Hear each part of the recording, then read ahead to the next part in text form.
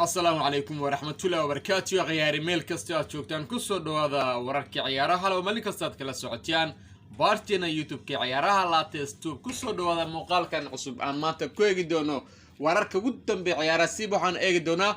inkastoo wareey inuu soo dhamaado Euro 2020 si loo kala guuleystay abaalmarintaas The Golden Boot ciyaaranka ugu wanaagsan iyo waliba waxyaabooyin kale waxaan soo kale eegi doonaa anta suuqa kala iibsiga ciyaaraha ayaanu eegi doonaa wararka ugu dambeeya ayaanu eegi doonaa waxaa jira ciyaartoy dhowraad moodeen qadaraaska kula joon kooxda oo burburi iyo koo kale Ronaldo iyo waliba kubaha daabka ayaanu eegi doonaa waxaan soo kale eegi doonaa laacibka kooxda kubadda cagta ee Juventus Ronaldo iyo mustaqbalkiisa halkuu ku dambeyn doonaa wararkaasi war kale ayaanu eegi doonaa haddaan ugu cusub tahay subscribe noosar haddaan naga mitaan like nu dhiirigelisan hal saaxiibo wanaagsan sidaadoo kaleetiya ciyaaraha la testub muuqaalkan cusub maanta eegi doono waxaa soo kaleetiya kamid ah tababara Jose Mourinho oo ka hadlay gooldaradii weyneed soo gaartay finalka xulka qaranka Ingiriiska iyo waliba sababu uu ku eedeyn karo tababaraha kooxdaasi Southgate ayaanu eegi doonaa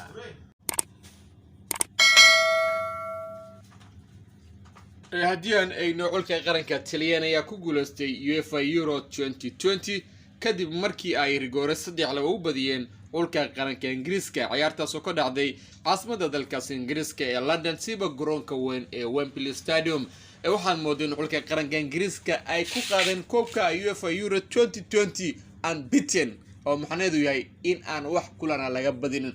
xulka qaranka Ingiriiska ayaa soo kaleeto waxay yihiin unbeaten balse kulan ugu dambeeyay muddo in xulka qaranka Talyaaniga aad moodo ciyaartooda inay tahay mid aad u wanaagsan fantastic dhiibkooda iyo waliba dhimaastirkooda ayaa mid runtii la dhigi karo way u qalantay inay ku guuleystaan UEFA 2020 soo kaleeto xulka Ingiriiska waa ay dadaaleen balse maysan noqonin goolkii koowaad xulka Ingiriiska ayaa la hormaray ciyaaraan Luke Shaw ayaa dhalay hase haatee waxaa moodaa qaybtii dambe ku xulka qaranka Talyaaniga ay heleen goolkii barbadhaca sida ayna xulka qaranka Talyaaniga ku badiyeen Real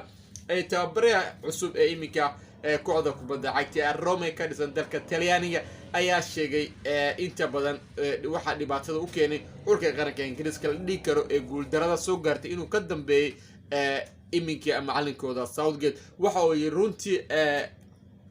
waxaa jira dhowr ciyaaryahan oo u qalma inay qaataan ama ay laadaan rigoorada kaasaad moodo inuusan fursad dahabiya siinin macallinka iminka ee xulkaasi Ingiriiska Southgate waxaa soo kaleeto uu sheegay haddii aaba mar la joogo finalka ay macquul tahay in la isla gaaro ilaa rigoore waa inuu macallinka sameeyaa wada tashi dheer si uu ogaado ciyaartooyda u qalantiya ama u wanaagsan dhanka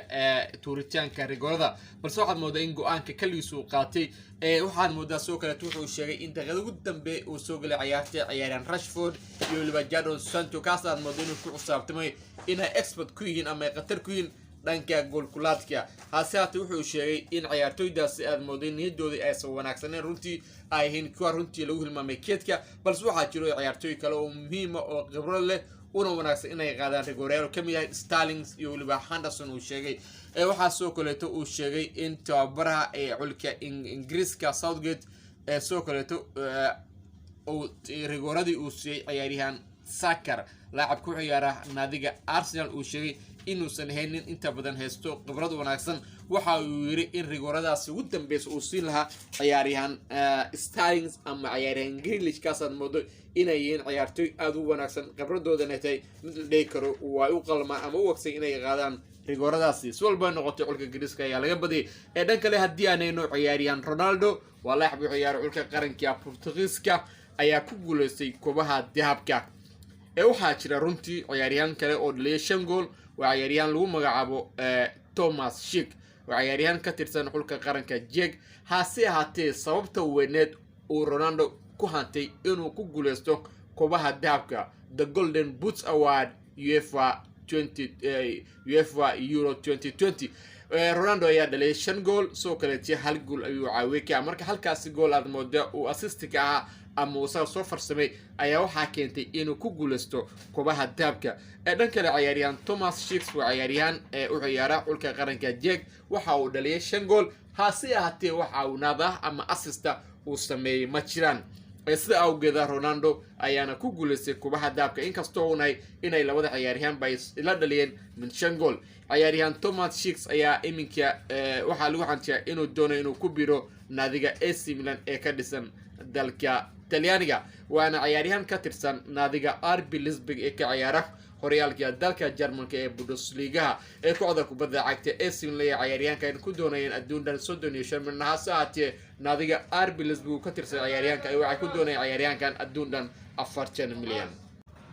imika waxaan eegayna doonaa anta suuqa kala iibsiga ciyaaraha ayaan eegi doonaa khiyaaray haddii aan eegno ciyaaryahan Alex Sanchez waa laacib hore ee naadiga Barcelona Arsenal iyo Manchester United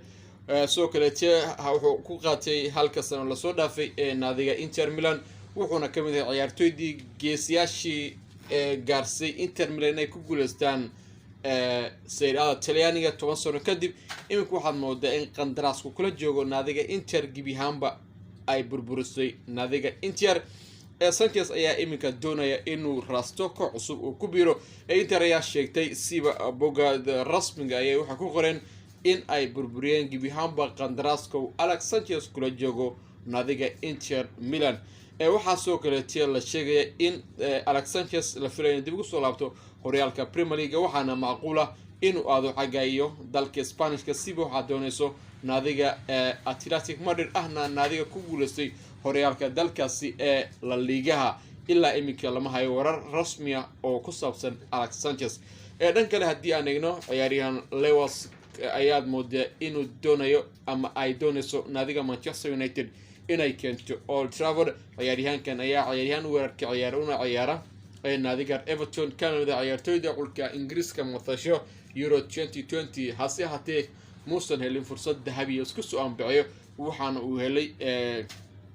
ilaa 20 daqiiqo kaliya inuu ka ciyaaro Euro 2020 ciyaarkii la soo dhaafay ayaa wuxuu dhaliyay guud ahaan 21 gool imika naadiga United ayaa waxay doonayeen inay keenaan Old Trafford ciyaaryahan Lewis ayaa mooday inuu aad ula dhacay qaab ciyaareedkiisa iyo waliba dhalintiisa cajiibka tababarha imika kooxda Manchester United Ole Gunnar Solskjaer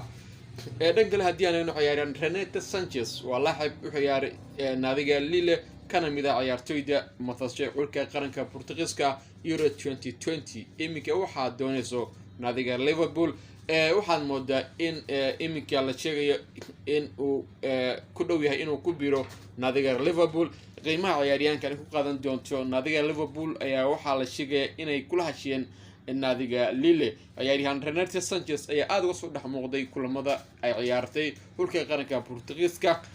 tababaraha kooxda kubadda cagta Reds ama Liverpool Jurgen Klopp ayaa sheegay inuu doonayo ciyaaryahanka inuu ku soo biriyo Anfield waan ciyaaryahan runtii ay u baahan tahay naadiga Liverpool waqti xaadirkan si ay u sheegay wargeyska The Bills ee ka soo baxay dalka Jarmalka akhyaaray barnaamijkii sportiga waa naga intii aad u mahadsantiin waqtiga